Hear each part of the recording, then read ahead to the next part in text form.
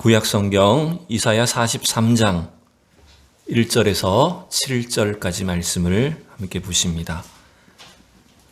제가 가진 성경책 구약성경 1019페이지 이사야 43장 1절에서 7절 말씀입니다.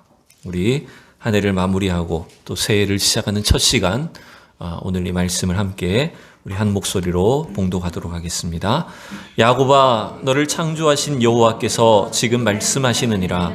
이스라엘아, 너를 지으신 이가 말씀하시느니라.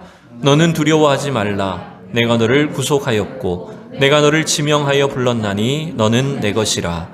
내가 물 가운데로 지날 때에 내가 너와 함께 할 것이라. 강을 건널 때에 물이 너를 침몰하지 못할 것이며 내가 불 가운데로 지날 때에 타지도 아니할 것이요 불꽃이 너를 사르지도 못하리니 대저 나는 여호와 내 하나님이요 이스라엘의 거룩한 이요 내 구원자임이라. 내가 애굽을 너의 속량물로 구스와 스바를 너를 대신하여 주었노라. 내가 내 눈에 보배롭고 존귀하며 내가 너를 사랑하였은즉 내가 내 대신 사람들을 내어주며 백성들이 내 생명을 대신하리니 두려워하지 말라. 내가 너와 함께하여 내 자손을 동쪽에서부터 오게 하며 서쪽에서부터 너를 모을 것이며 내가 북쪽에게 이르기를 내놓으라. 남쪽에게 이르기를 거두지 말라. 내 아들들을 먼 곳에서 이끌며 내 딸들을 땅끝에서 오게 하며 내 이름으로 불려지는 모든 자 곧 내가 내 영광을 위하여 창조한 자를 오게 하라. 그를 내가 지었고 그를 내가 만들었느니라. 아멘. 오늘 이 시간에 우리 함께 잠시 하나님 말씀을 나누면 좋겠습니다. 우리 이 말씀의 제목을 같이 선포해 볼까요? 두려워 말라, 너는 내 것이라. 두려워 말라, 너는 내 것이라. 네. 우리가 이제 한 해를 정리하고 또 새로운 한 해를 출발하는 이 송구 영신 예배, 또 이 시점을 맞이하게 되면 사실은 여러 가지 생각들이 있게 되죠. 우리 스스로를 돌아보기도 하고 반성하는 시간이 되기도 하고 또 인생을 정리하는 또 새로운 어떤 출발을 다짐하는 그런 기회와 또 소망의 시간이 됩니다. 네, 여러분 어떻게 보면 2020년도는 제가 주일에도 말씀드렸지만 이 한 해를 정리하는 한마디 단어는 그냥 코로나로 그냥 다 끝나버리는 것 같아요. 코로나라는 단어로 한 해가 그냥 다 정리돼 버리죠. 그래서 어떻게 보면 우리가 작년 이맘때 한 해를 이제 2020년을 출발할 때는 참 많은 계획들, 기대들, 소망들을 가지고 출발을 했지만 그것들이 어떻게 보면 코로나 때문에 다 막혀버렸어요. 가로막혀버리고 또 멈추게 되고 주저앉게 되고 이런 것처럼 느껴질 때가 많습니다. 그러나 여러분, 이렇게 우리의 인생이 생각하지 않고 의도하지 않는 방향으로 흘러가고 또 뭔가 길들이 가로막히고 또 올라가는 것이 아니라 오히려 내려가고 우리의 예상과 기대와는 달리 이 인생의 과정이 내리막길로 걸어갈 때 우리는 그런 상황 속에서도 하나님은 일하고 계시다라고 하는 것들을 우리는 신뢰해야 됩니다. 우리 짧게 보면 단기간에 놓고 보면 이 일들은 우리의 계획대로 이루어지지 않는 것처럼 보일 수 있겠지만 여러분, 그러나 하나님은 멀리 봤을 때, 큰 그림으로 봤을 때 하나님은 당신의 일들을 하고 계시고 자기의 백성들을 통해서 이 구원의 사역을 감당하고 계시다라고 하는 것입니다. 그래서 우리는 성도들은 어때야 될까요? 모든 상황 속에서도 하나님 앞에 감사해야 됩니다. 어떤 상황 속에서도 우리는 하나님을 인정하고 그분께 소망을 두고 우리가 감사와 기쁨으로 하나님께 영광을 올려드려야 된다라고 하는 것입니다. 그리할 때 또 우리의 삶을 새롭게 역사하시고 인도하실 그 능력에 하나님을 우리 모두가 체험하게 될 수 있는 줄로 믿습니다. 오늘 이사야서의 말씀 우리가 함께 보는데 이 이사야서는 40장 이후 1장부터 39장까지 전반부와 그리고 40장 이후의 후반부로 나누어진다고 볼 수가 있습니다. 특별히 40장부터 이 후반부의 내용은 뭐냐면 하나님께서 이스라엘 백성들에게 주시는 놀라운 구원과 회복에 대한 약속이 기록되어 있는 것이 이사야서의 말씀입니다. 근데 여러분, 이러한 하나님의 구원과 회복의 약속을 들려주시는데도 불구하고 이스라엘 백성들은 어떨까요? 그 하나님의 말씀을 잘 알아듣지를 못해요. 그 하나님의 그 소망과 그 구원의 계획들을 자기의 것으로 잘 받아들이지를 못하는 상태에 있습니다. 그래서 오늘 이 말씀에 오늘 우리가 보고 있는 이 창세기 이사야서 43장 말씀의 이 본문 딱 전후에 보면은 어떤 내용들이 있냐면 이렇게 되어 있습니다. 잘 안 넘어가네요. 자, 42장 18절과 그리고 43장 8절이 보면 비슷한 내용으로 이루어진 걸 볼 수 있어요. 우리가 오늘 보는 본문 43장 1절에서 7절 그 앞부분과 뒷부분이 어떻게 시작하는지를 보면 이렇게 되어 있어요. 너희 못 듣는 자들아 들으라. 너희 맹인들아 밝히 보라. 또 43장 8절에도 눈이 있어도 보지 못하고 귀가 있어도 듣지 못하는 백성을 이끌어내라. 앞뒤의 내용이 다 뭘로 이루어져 있어요? 보지 못하고 듣지 못하는 자들아, 이런 내용으로 약간 책망조의 말씀으로 이루어진 걸 볼 수 있습니다. 여기서 여러분 성경에서 눈이 있어도 보지 못한다, 귀가 있어도 듣지 못한다라는 결국 이 말씀은 뭘 뜻하는 걸까요? 지금 이스라엘 백성들의 영적인 상태가 어떻다는 걸까요? 영적인 소경이 되고 맹인이 되어서 하나님의 그 말씀을, 하나님의 일들을 믿지 못하고 깨닫지 못하고 바라보지 못하고 있는 상태다라고 하는 것들을 지금 하나님께서 지적하고 있습니다. 뭐 이걸 그렇게 자세하게 다룰 필요는 없는데 왜 이 지금 이스라엘 백성들이 이런 영적 소경 상태와 영적 맹인 상태가 되었을까? 저는 이걸 한번 우선 조금 고민을 해봤어요. 우리가 일반적으로도 우리 인간 자체가 우리가 눈도 있고 귀가 있잖아요. 근데 왜 인간은 영적으로 어두워지고 또 영적으로 맹인되고 소경되는 상태가 될까? 성경적으로 그 이유가 뭘까? 제가 한번 쭉 고민을 해보니까 최소한 이런 이유들이 있는 것 같아요. 여러분 보시면 처음에는 하나님과의 관계가 멀어질 때 그렇습니다. 하나님과 소통해야 될 인간이 하나님과의 관계가 끊어지고 멀어지면 어떻게 될까요? 당연히 영적으로 어두워지죠. 그래서 사무엘상에 보면 아들이 없는 한나는 그 아들을 달라고 하나님께 막 기도하다가 아버지 하나님의 마음을 깨닫게 되었지만 그 시대의 제사장이었던 엘리는 어땠을까요? 엘리는 눈이 어두워져서 그 시기에 하나님의 이상이 흔하지 않았다라고 성경을 말을 하고 있습니다. 그러니까 오히려 제사장은 하나님을 섬기는 직분의 사람인데도 불구하고 그가 영적으로 어두워져서 하나님과의 관계가 끊어져서 더 이상 하나님의 말씀을, 하나님 뜻을 깨닫지 못하는 상태가 되어버렸다는 거죠. 또 인간이 왜 영적으로 어두워지고 귀가 멀고 눈이 멀어버릴까요? 두 번째가 뭐예요? 인간이 죄와 욕심 때문이라는 거예요. 이사야서에 보면 이런 말씀이 있습니다. 59장 2절에 보면 오직 너희 죄악이 너희와 하나님 사이를 갈라놓았고 이렇게 되어 있습니다. 우리가 하나님으로부터 하나님 주신 말씀을 듣지 못하고 하나님을 깨닫지 못한 이유가 무엇 때문이라고요? 우리의 죄 때문이라고요. 우리의 욕심과 죄가 그 하나님의 마음을, 하나님의 뜻을 깨닫지 못하도록 만들어버린다는 거예요. 또 세 번째 뭐가 있을까요? 왜 영적 맹인 소경 상태가 될까요? 세상 일과 환경과 상황에 대한 염려 때문에. 누가복음 21장에 보면 이런 유명한 말씀이 있죠. 예수님이 이렇게 말씀하셨어요. 같이 읽어볼까요? 너희는 스스로 조심하라. 그렇지 않으면 방탕함과 술 취함과 생활의 염려로 마음이 둔하여지고 뜻밖의 그날이 덫과 같이 너희에게 임하리라. 우리가 하나님의 그 말씀을, 하나님의 뜻을 깨닫지 못하는 이유는 뭐냐 하면 세상에 대한 염려, 걱정, 근심이 있다 보면 우리가 영적으로도 둔해지고 둔감해진다는 거예요. 또 이 영적 소경이 되고 영적 맹인 상태가 되는 이유가 뭐냐면 저는 네 번째 이런 것도 있는 것 같아요. 우리의 불신앙과 인간의 불신앙과 우상 숭배 때문에. 여러분 이건 너무나 당연한 거죠. 하나님이 아닌 다른 대상을, 다른 존재를 우리가 섬기게 되면 당연히 여러분 하나님을 알지 못하죠. 또 여러분 이 영적 불신앙은요. 또 불신앙과 우상숭배는 어떤 거냐면 오히려 나는 뭔가를 많이 안다고 생각하기 쉽습니다. 여러분 우리가 영적 맹인이 되고 영적 소경 상태라는 것은 무슨 말일까요? 오히려 내가 보고 듣는 것밖에 모른다는 거예요. 나는 이만큼 알고 있고 보고 있고 듣고 있어 라고 하는 자기가 갖고 있는 것들 때문에 오히려 하나님을 등한히 하고 하나님께 대해서는 무지한 존재가 되어버리는 거죠. 그게 영적 소경맹인 상태입니다. 마지막 5번째는 하나님의 약속에 대해서 믿음이 약해질 때.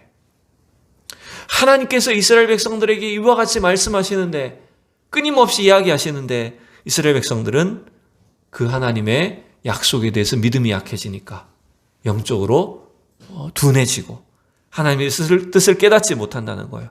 여러분, 이러한 일들은 이스라엘 백성에게만 있었던 일이 아닙니다. 이것은 지금도 우리 안에 끊임없이 이루어지는 일들이다라고 볼 수가 있어요. 그런데 여러분, 이걸 기억하셔야 됩니다. 이렇게 미련하고 어리석은 것이 우리인데, 이스라엘 백성들과 똑같은 우리 존재인데, 하나님은 그냥 이들을 무조건 막 야단치고 책망하시기만 하는 것이 아니라 놀랍게도 오늘 이 43장 말씀을 주셨어요. 어떤 제목의 말씀을 주셨어요? 너희는 두려워하지 말라. 너희는 내 것이다. 내가 너와 함께한다. 오히려 여러분, 하나님은 이 미련하고 어리석은 백성들을 향해서 하나님의 그 놀라우신 사랑을 우리들 가운데 약속하시고 펼쳐주고 계시다라고 하는 거예요. 그래서 오늘 이 한 해를 지나가는 이 시점에 어쩌면 이 세상 염려 때문에, 우리의 죄와 불순종과 우리의 부족함 때문에 하나님의 말씀을 깨닫지 못하고 하나님의 약속을 소홀히 여겼던 우리의 마음속에 다시 한번 하나님이 주시는 이 사랑의 메시지가, 그 말씀이 저와 여러분들 속에 새겨질 수 있기를 축원합니다. 그래서 하나님의 이 약속의 말씀을 붙잡고 두려워하지 말라, 담대하라, 내가 너와 함께한다, 너는 내 것이다, 이 말씀을 붙잡고 2021년도를 출발할 수 있는 저와 여러분들이 되었으면 좋겠습니다. 오늘 짧게 3가지만 왜 우리가 이 하나님의 말씀을 붙잡아야 되는지, 특별히 왜 두려워하지 말고 담대해야 되는지, 그 이유를 오늘 말씀을 통해서 함께 생각해 보죠. 첫 번째는 우리가 1절을 보면 이렇게 되어 있죠. 1절만 읽어봅시다. 야곱아, 나를 창조하신 여호와께서 지금 말씀하시느니라. 이스라엘아, 너를 지으신 이가 말씀하시느니라. 너는 두려워하지 말라. 내가 너를 구속하였고 내가 너를 지명하여 불렀나니 너는 내 것이라. 여기서 너는 두려워하지 말라, 너는 내 것이라, 내가 너와 함께한다, 이 말씀을 주고 있는데, 우리가 왜 두려워하지 않을 수 있을까요? 왜 담대한 믿음을 가질 수 있을까요? 그 첫 번째 이유는 1절에서 말하는 것처럼 하나님이 너를 지으셨기 때문에. 이스라엘아, 너를 창조하신 여호와가, 너를 지으신 이가 말씀하시느니라. 여러분, 이 9절에서 창조하셨다, 지으셨다라고 하는 말씀은 창세기 1장과 2장에서 하나님이 천지를 창조하셨다, 그리고 인간을 흙으로 빚으셨다라고 말할 때 그 2 단어가 똑같이 쓰여진 거예요.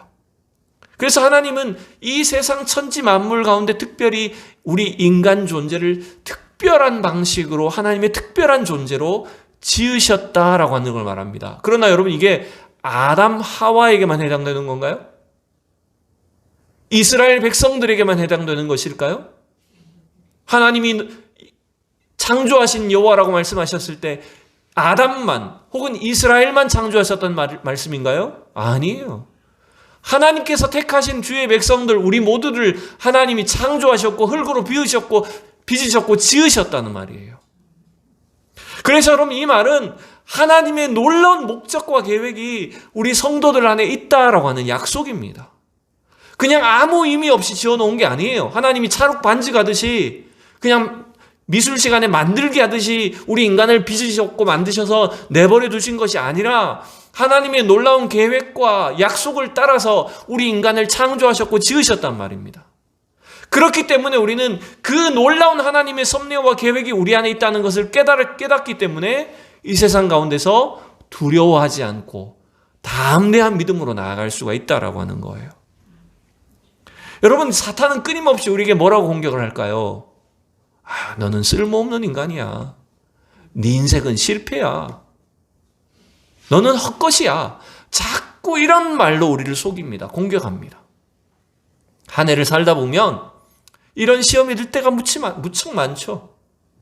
우리의 일들이 잘 풀려지지 않고 또 계획대로 이루어지지 않고 여러 가지 갈등이나 어려움을 겪게 되면 자꾸 이러한 공격들을 거짓말로 우리를 속입니다. 그러나 여러분, 우리는 그때 단호하게 여러분 물리쳐야 돼요. 우리가 명확하게 이 어려움을, 그 반대를 극복할 수가 있어야 돼요. 담대하게 나아갈 수 있어요. 왜? 하나님이 나를 창조하셨기 때문에. 하나님의 특별한 목적과 계획을 따라 우리를 지으셨기 때문에.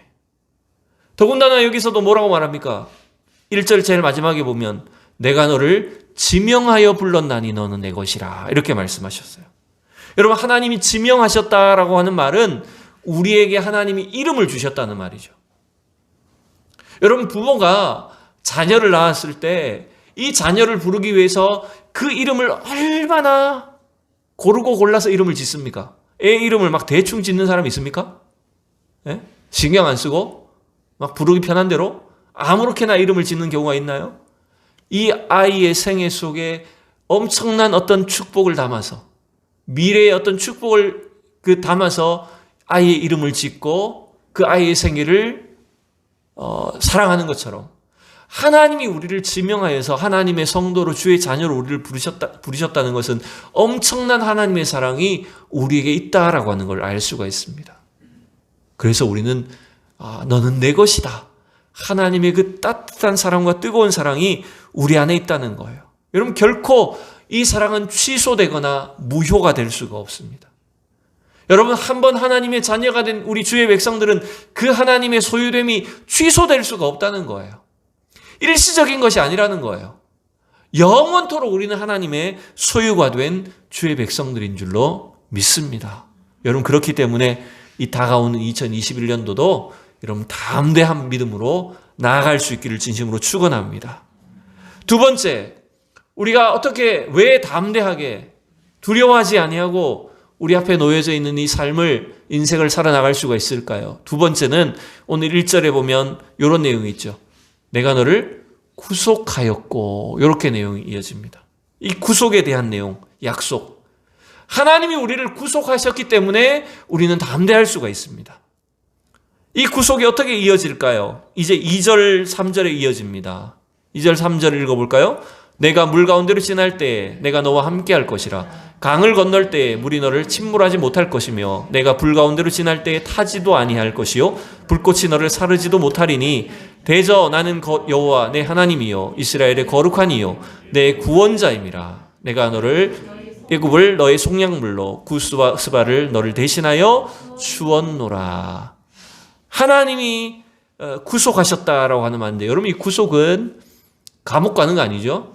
수갑 채워서 감옥 가는 구속을 말하는 게 아니죠. 여기서 구속이란 말은 하나님이 어떤 대가를 지불하고 노예 상태인 우리들을 해방시켜 주셨다, 이런 의미를 담고 있는 거예요. 우리가 갖고 있는 그 어떤 죄의 짐들을, 누명들을 하나님께서 벗겨주신 그 구속을 말하는 거예요. 여러분, 이 구속에 대한 약속은 첫 번째로는 이스라엘 백성들에게 이루어진 일들을 의미하죠. 여기서 나타나는 물 가운데로 지날 때 불 가운데로 건너갈 때, 이게 무슨 말입니까? 이거는 광야를 말하는 겁니다. 특별히 출애굽을 통해서 이스라엘 백성들을 광야를 건너서 가나안 땅으로 인도하신 그 구속을 나타내는 거예요. 근데 여러분, 이게 이스라엘 백성들에게만 해당되는 것일까요? 결코 그렇지 않습니다. 하나님이 우리를 구속하셨다라고 하는 것은 이 땅에서 우리가 만날 수 있는 그 물과 불과 여러 가지 환난과 근심과 어려운 환경들을 다 이기게 하신다는 거예요. 여러분, 우리가 이 물과 같은 어려움 속에 있을 때에는 때때로 하나님이 정말 계신 것이 맞을까? 왜 이런 어려움이 나에게 있을까? 이해할 수 없는 그런 어려운 문제들이 있을 수가 있습니다. 그러나 여러분, 시간이 다 지나놓고 보면 어떨까요? 사실은 하나님이 그 불 속에서, 물 속에서 우리를 건져주셨고 인도하셨다라고 하는 것들을 여러분 깨닫는 거예요. 그리고 또한 우리 앞에 놓여있는 삶도 어떨까요? 2021년도와 우리 앞에 놓여있는 미래도 여전히 불과 같은 시험이, 물과 같은 환란이 우리 앞에 놓여있을 수는 있지만, 이제는 그 하나님의 구속을, 그 구원을 확신하기 때문에 우리 앞에 놓여져 있는 환난에 대해서도 우리는 담대하게 나아갈 수 있는 존재가 된다는 거예요. 두려워하지 말라. 내가 너와 함께한다. 너는 내 것이다. 그 약속을 붙잡고 우리를 구원하신 하나님, 그 확신 때문에 우리 앞에 놓여져 있는 일들을 담대하게 나아갈 수가 있다는 거예요. 여러분, 이 사실을 확신해야 돼요. 그렇지 않으면 자꾸 우리가 헤매게 됩니다. 오늘도 교회 사무실에 있는데 전화가 왔어요. 전화가 왔는데 저는 이제 처음 통화를 하시는 분인데 몇 년 전까지 우리 교회를 다니셨던 분이라 그래요. 그래서 원로 목사님 어디 계신지 묻고 이런저런 이야기를 한참 동안 저랑 통화를 했어요. 근데 이분이 보니까 여기 어느 빌라에 누구 교회 잘 나와요? 이렇게 물으시더라고요. 처음 듣는 이름인데 그 누구신데요? 그랬더니 자기 같이 살았던 사람이래요. 같이 살았던 사람이 누군데요? 그랬더니 남편인데 헤어졌다는 거죠. 그러니까 남편하고 헤어지고 몇 년 전에 자기는 이제 지금 다른 도시에 가서 살고 있는데 이제 소식을 아마 주고받질 않는가 봐요. 그래서 그러면 어떻게 사십니까? 혼자 어떻게 사십니까? 그랬더니 너무 힘들대요, 자기가. 교회는 가냐? 그랬더니 교회 안 간대요. 그래서 제가 한참 또 이렇게 그러지 마시라고. 다시 신앙생활 꼭 코로나 끝나면 신앙생활 꼭 하셔야 된다고. 이렇게 한참 얘기를 해드렸어요. 여러분, 제가 참 그분하고 통화를 하고 나서 느낀 게 뭐냐면, 이분이, 물론 그분 현재 상태를 가지고 내가 함부로 판단하면 안 되지만, 어떻게 보면 그 삶의 어떤 문제 때문에, 삶의 어려움 때문에 하나님을 잊어버린 거예요. 그 하나님의 약속을 놓쳐버린 거예요. 그리고 그냥 당장 편하게 살 길을 찾아서 혼자서 그냥 이혼하고 가서 살아버린 것 같아요. 그러다 보니까 이 삶의 어려움, 그 문제 때문에 이 구원에 대한 확신이 없어요. 여러분, 아무리 삶이 어려워져도, 상황이 나빠져도 하나님의 구속, 하나님의 구원에 대한 확신이 있으면 여러분 능히 이겨낼 줄로 믿습니다. 여러분, 그래서 우리는 하나님의 사랑을 끝까지 붙잡아야 돼요. 하나님의 구원을 확신함으로 여러분, 우리는 우리 앞에 놓여져 있는 일들을 담대함으로 나아가야 된다는 거예요.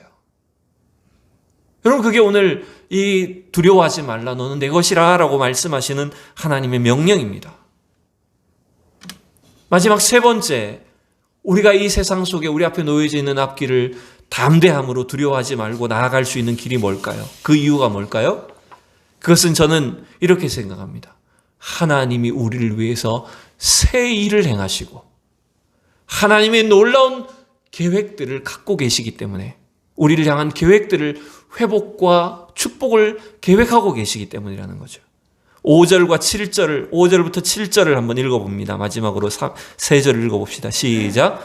두려워하지 말라. 내가 너와 함께하여 내 자손을 동쪽에서부터 오게 하며 서쪽에서부터 너를 모을 것이며, 내가 북쪽에게 이르기를 내놓으라, 남쪽에게 이르기를 가두어 두지 말라. 내 아들들을 먼 곳에서 이끌며 내 딸들을 땅 끝에서 오게 하며, 내 이름으로 불려지는 모든 자, 곧 내가 내 영광을 위하여 창조한 자를 오게 하라. 그를 내가 지었고 그를 내가 만들었느니라. 아멘. 여기서도 똑같죠. 하나님이 우리를 창조하셨고 만들으셨다고 말씀하셨는데, 특별히 이 5절에 7절에서는 무슨 하나님의 계획을 갖고 계십니까? 동서남북을 향하여 하나님 뭐라고 선포하십니까? 내 아들들을, 내 딸들을 오게 하라, 돌려보내라. 여러분, 이게 무슨 말일까요? 이건 회복에 대한 약속이에요. 여러분, 이 이사야 선지자가 이 말씀을 전하는 시기는 BC의 약 한 700년경입니다. 이때는 북이스라엘이 막 멸망하고, 그 다음에 조금 있으면 150년 정도 지나고 나면 남유다도 멸망을 앞두고 있는 시기예요. 근데 이미 하나님은 이사야를 통해서 이 남유다도 북이스라엘도 다 멸망하고 난 뒤라고 할지라도 하나님은 그 흩어지고 잡혀가고 버림받은 백성들을 다시 다 불러 모을 것이다 라고 약속하고 있는 거예요. 단순히 아수르나 바벨론의 포로로 잡혀간 백성들만 70년 후에 불러올 것이다 라는 그 약속만이라면 북쪽을 향해서 외쳤겠죠. 근데 지금 이 이사야는, 하나님께서는 이사야를 통해서 뭘 말씀합니까? 동쪽에서, 서쪽에서, 남쪽에서, 북쪽에서, 사방에서, 세계 열방 가운데서 하나님의 백성들을 다시 불러 모시겠다라고 약속하고 있어요. 회복에 대한 약속을 하고 있다는 거예요. 여러분, 이 일은요, 전혀 우리의 기대와 계획을 넘어서는 수준이에요. 여러분, 하나님은 저와 여러분을 향해서 위대한 계획을 갖고 계심을 여러분 믿으시기 바랍니다. 하나님은 우리 인간이 생각하고 예상한 것보다 더 뛰어난 새 일을 행하시는 분이심을 여러분 믿으셔야 됩니다. 우리가 전혀 기대하지도 않았던 수준까지 일들도 하나님은 하실 수 있는 분이라는 거예요. 그래서 그 약속 때문에, 그 구원과 회복에 대한 약속 때문에 우리는 우리 앞에 놓여져 있는 삶을 담대함으로 나아갈 수가 있게 된다라고 하는 거예요. 여러분, 그래서 어떻게 보면 우리 인간은요, 우리 성도는 가장 어둡고 절망적인 상황이 오히려 하나님의 그 새 일들을 기대할 수 있는 때라는 걸 깨달아야 돼요. 야, 우리가 이렇게 내리막으로 이 떨어지는 낭떠러지와 같이 이 추락하는 것 같은 시간인 것처럼 느껴질 수 있겠지만 오히려 하나님은 새 일을 이루실 거라는 걸 우리는 믿어야 돼요. 여러분, 그 일들을 우리 성도들의 삶에서 하나님이 얼마든지 나타내실 수가 있는 분이라는 것입니다. 그래서 여러분, 2020년도가 이와 같이 참 내리막길이었다면 2021년도는 주님과 함께 올라가는 시간들이 될 수 있기를 원합니다. 그냥 우리가 기대하고 계획하는 그 정도 수준에 머무르는 것이 아니라 하나님이 갖고 계시는 엄청난 계획을 통하여서 위대한 새 일들을 이루어 가시는 그 하나님의 축복들을 경험하는 2021년도가 될 수 있기를 여러분 축원합니다. 미국에 이런 사람이 있었어요. 제가 이름은 잘 몰라서 이제 적어놨습니다. 할랜드 데이비스 샌더스라는 사람이 있습니다. 이분은 1890년에서 1980년까지 90년 정도 사셨던 분이죠. 이렇게만 보면 이 사람이 우리는 누군지를 몰라요. 이분의 생애를 제가 간단하게 설명을 드릴게요. 이분은 이 아주 어릴 때부터 불우한 환경에서 자랐는데 일찍이 그냥 산업 전선에 뛰어들어서 온갖 장사를 다 하면서 살았다고 합니다. 그래서 여러 가지 막 방탕한 일도 하고 나름대로 사업을 하기도 해서 이제 성공을 하기도 했는데 한 65세가 되었을 때 자기가 그동안 하던 사업이나 모든 일들이 다 망해버린 거예요. 여러분, 65세의 나이에 여러분 사업이 망하면 어떻게 되겠습니까? 재기할 수 있는 희망이 사라져버리잖아요. 이 사람은 이 너무 늦은 나이에 이렇게 어려움이 찾아오니까 거기에 막 실망을 해서 절망 가운데 몸이 점점 막 쇠약해진 거예요. 나중에는 정신병까지 왔다고 합니다. 그리고 아내는 이 사람을 떠나버렸고 말 그대로 완전히 폐인처럼 그렇게 생활을 하고 있었다고 합니다. 65세가 되었을 때. 근데 어느 날 이분이 자기 집에 있는데 자꾸 창밖에서 노래소리가 막 들리더래요. 웬 여자가 자꾸 노래하는 소리가 들리더래요. 그래서 그 노래를 이렇게 쫙 귀를 기울이다가 어디서 이런 노래가 나오나 이렇게 가만히 가봤더니 이 여자가 저 옆에 있는 교회 이 예배당 앞에서 약간 좀 자기가 봤을 때 좀 이상한 사람 같은데 너무나 평화롭게 막 노래를 하고 있더래요. 근데 그 노래가 뭐였냐면 찬송가였어요. 찬송가 382장 너 근심 걱정 말아라 이 찬송을 막 하고 있더래요. 그래서 그 찬송 소리를 들으면서 이분의 마음이 뭔가 좀 열려지기 시작한 거예요. 자기가 그동안 잊고 살았던 그 하나님에 대해서 사업에만 정신이 팔려서 돈 버는 일만 쫓아서 하나님을 소홀히 여기고 있다가 내가 이렇게 망했구나라고 생각을 하고 그때부터 이제 하나님 앞에 기도하면서 회개하기 시작했대요. 근데 신기하게도 그렇게 교회를 이제 나가면서 기도 생활을 하고 하나님 앞에 회개를 했더니 점점점 이 사람이 회복이 되어 가기 시작하는데 나중에는 그가 갖고 있던 이 정신병도 다 사라져 버리게 됐다는 거예요. 근데 또 신기한 것은요. 어느 날 이 사람이 하나님 앞에 기도하는데 자꾸 닭들이 막 날아다니더래요.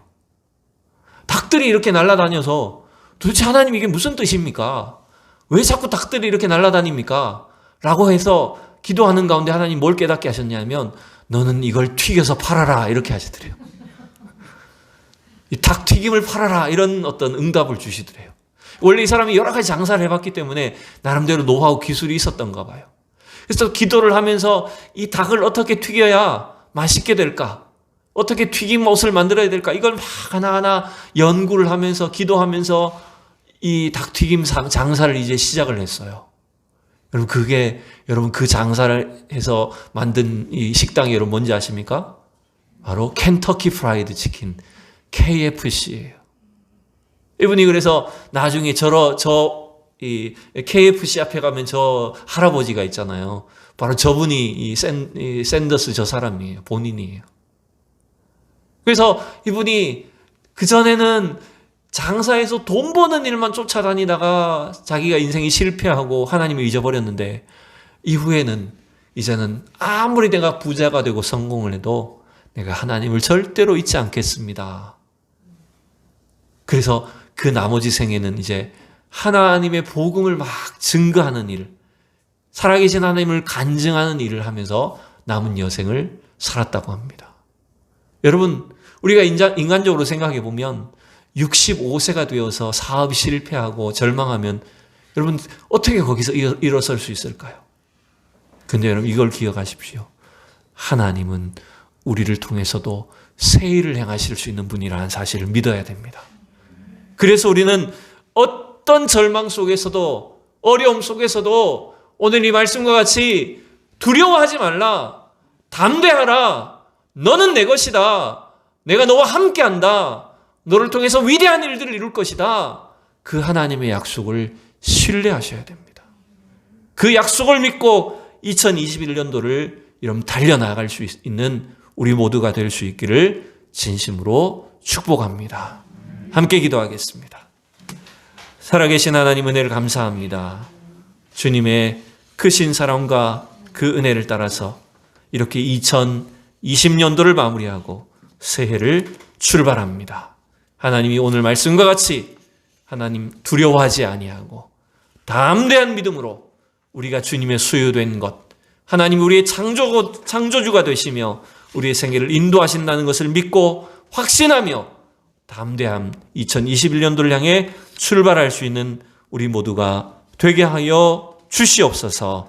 감사드리며 예수님의 이름으로 기도하옵나이다. 아멘.